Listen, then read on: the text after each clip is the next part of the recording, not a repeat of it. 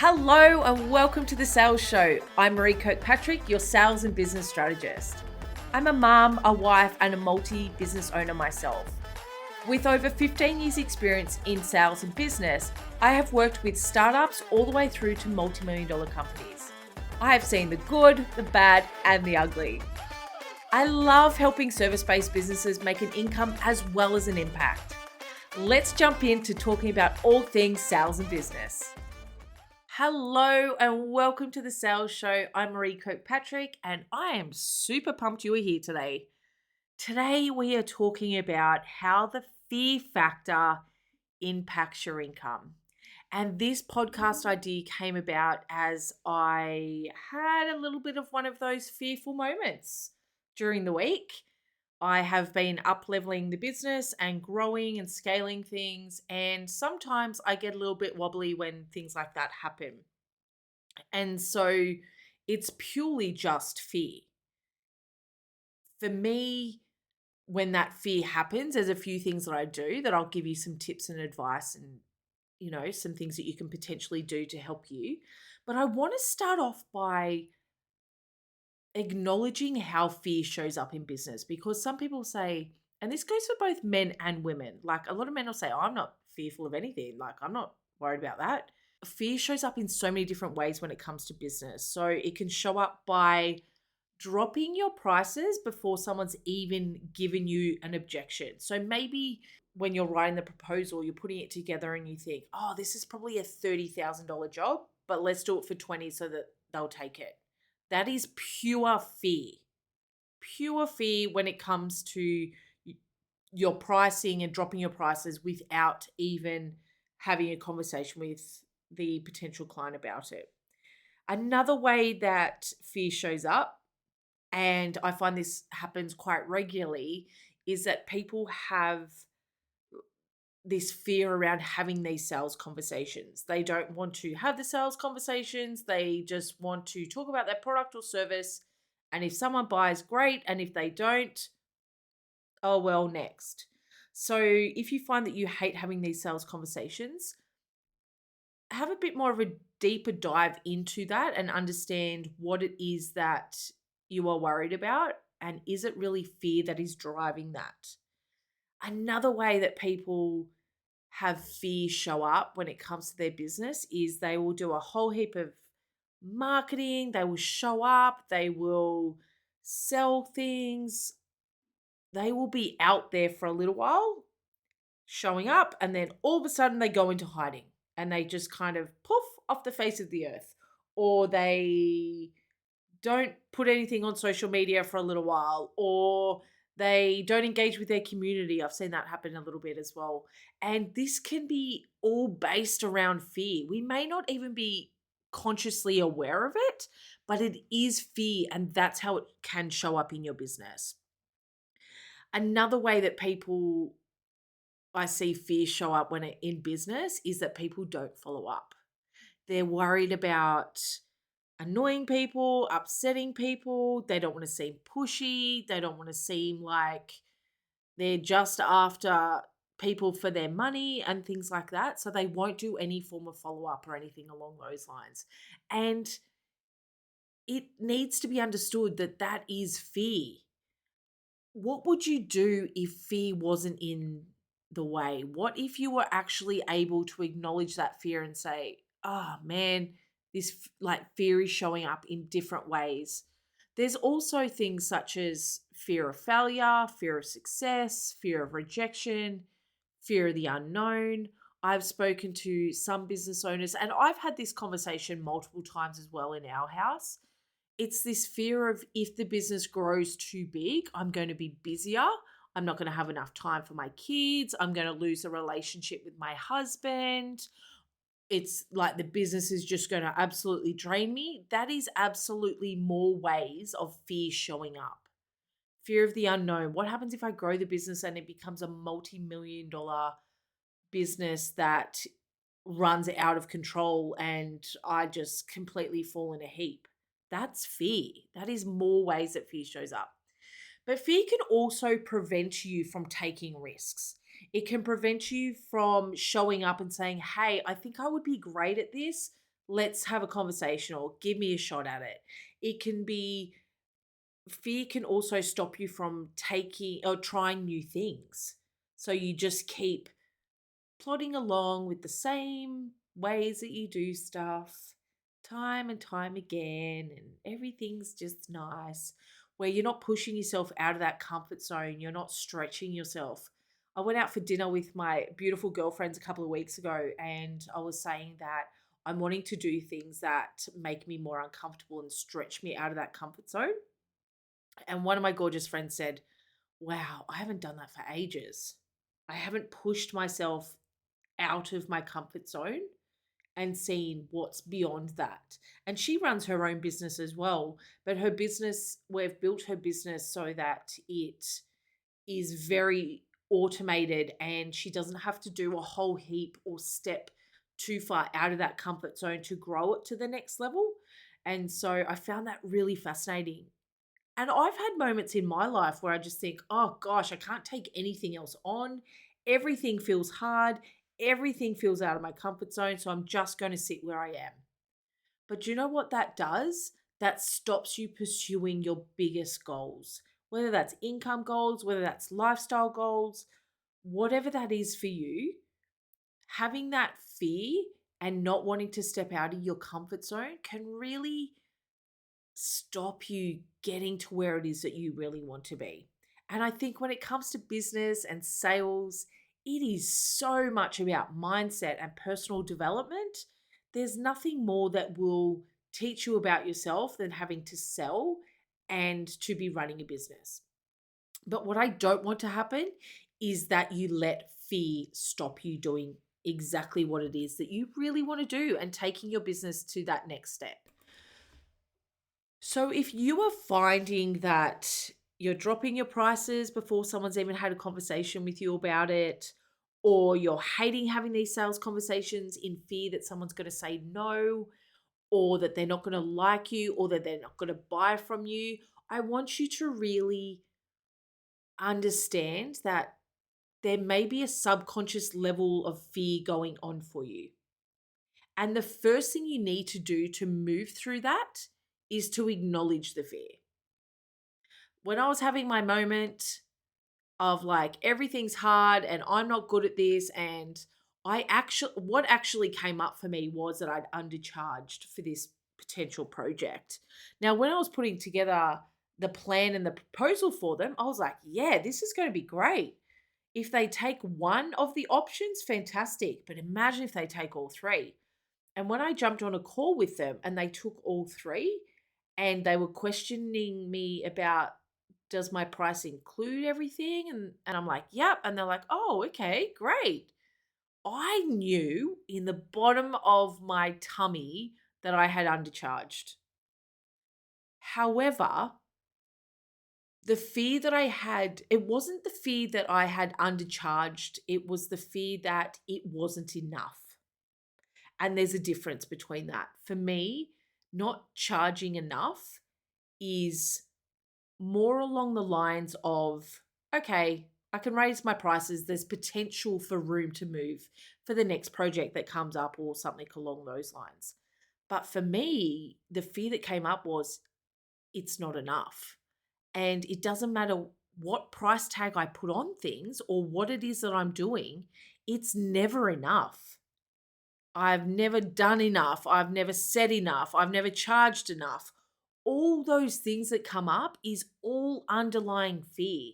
And so, one of the things that I did was I called one of my amazing friends and said, oh my gosh, this is coming up for me. And we talked through it.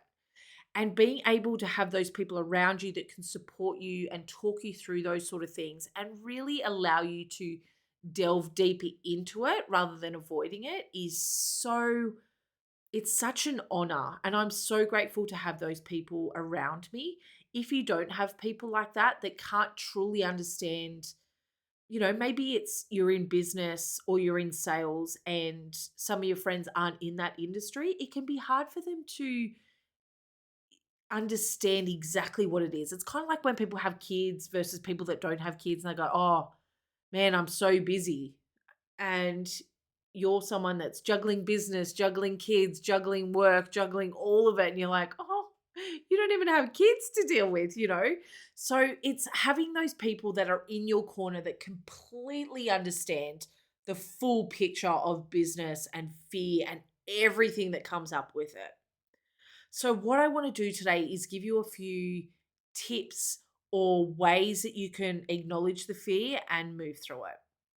Because, as I said before, we don't want it to stop you taking those risks, trying new things, pursuing your goals, and having the life that you truly want to be having. So, my first thing is, as I said, acknowledge and accept it. I know that's hard. I know it can be really confronting, but having someone to be able to pick up the phone and say, hey, they've said yes, I'm really excited.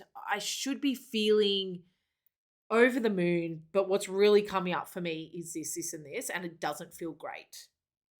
And so being able to talk through it, acknowledge it, and find some solutions around it is a really great way to help you move through it so that you don't get stuck in that space.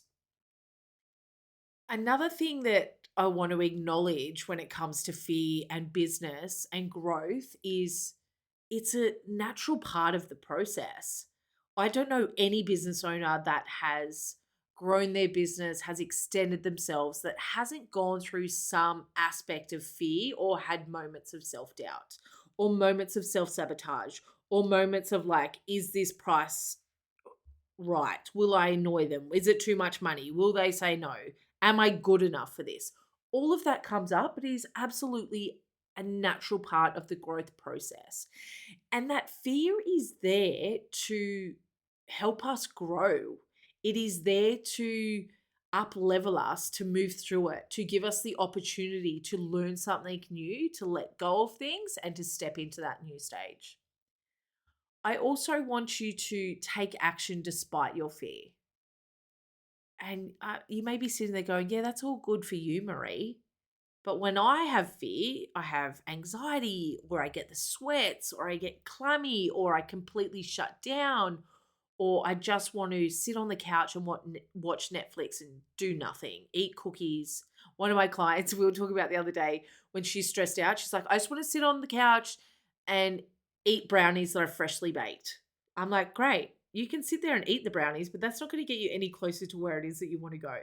If anything, it has the potential to send you backwards from a mindset perspective, from a weight and health perspective, and running away from that fear doesn't change it. So I want you to take action despite your fear. And that can be just by setting small goals that align with what it is that you're wanting. So, sorry, small tasks that align with the goals that you are wanting.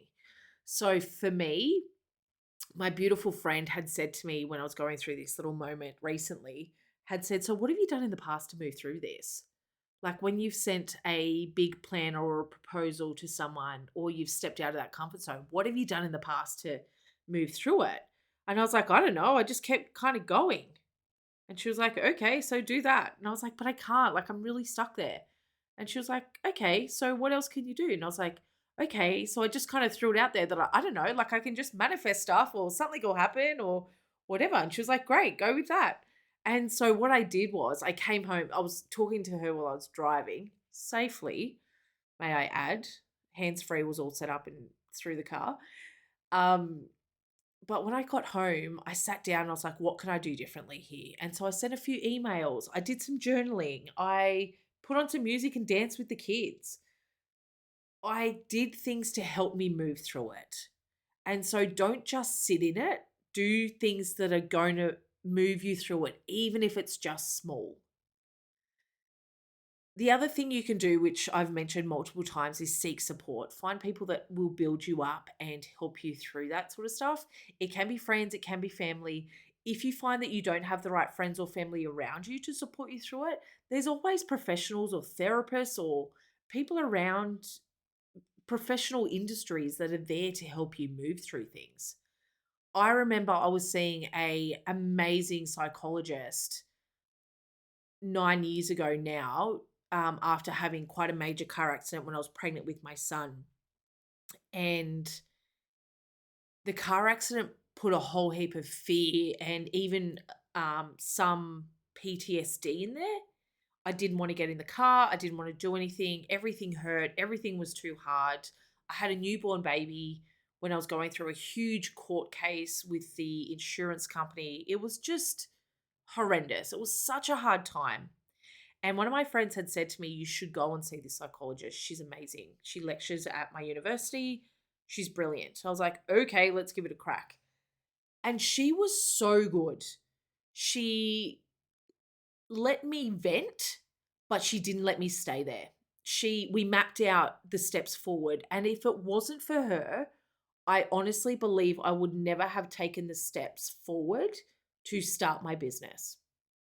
She made me set launch dates of when are you going live. She made me jot down who we're going to talk to get the business out there and to market it. All those sort of things were small steps to get me through that fear.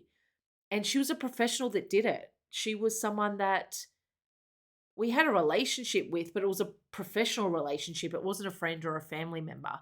So if you find that you need people to push you a little bit harder or to give you some special techniques or advice or strategies to move you through that, don't be scared about going and finding that. There's no shame in going out and getting more help. I also want to leave you with this last note. When that fear comes up, and it's something I've constantly got to remind myself as well, and I've got beautiful friends that remind me as well. When that fear comes up, be kind to yourself. Don't hate on yourself or let that negative self talk kick in even more about having that fear. Look after yourself, celebrate your progress, look how far you've come, and remember every step that you've taken to get there.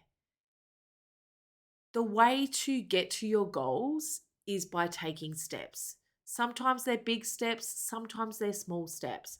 But the most important thing for me is just to be constantly moving forward, constantly moving towards those goals and moving in that right direction. So don't let the fear factor impact your income.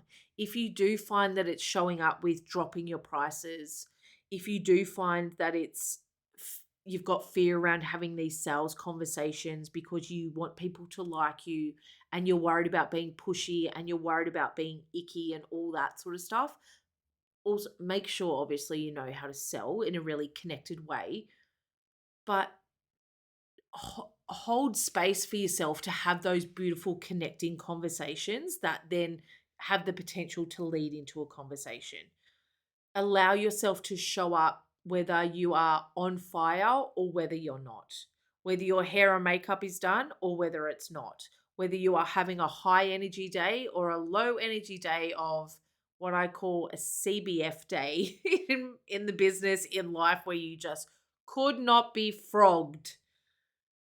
Allow yourself to work through that. Have some steps that you can do to move forward. If you find that these fears around sales are coming up regularly, what I would say is, and I probably should have mentioned this earlier,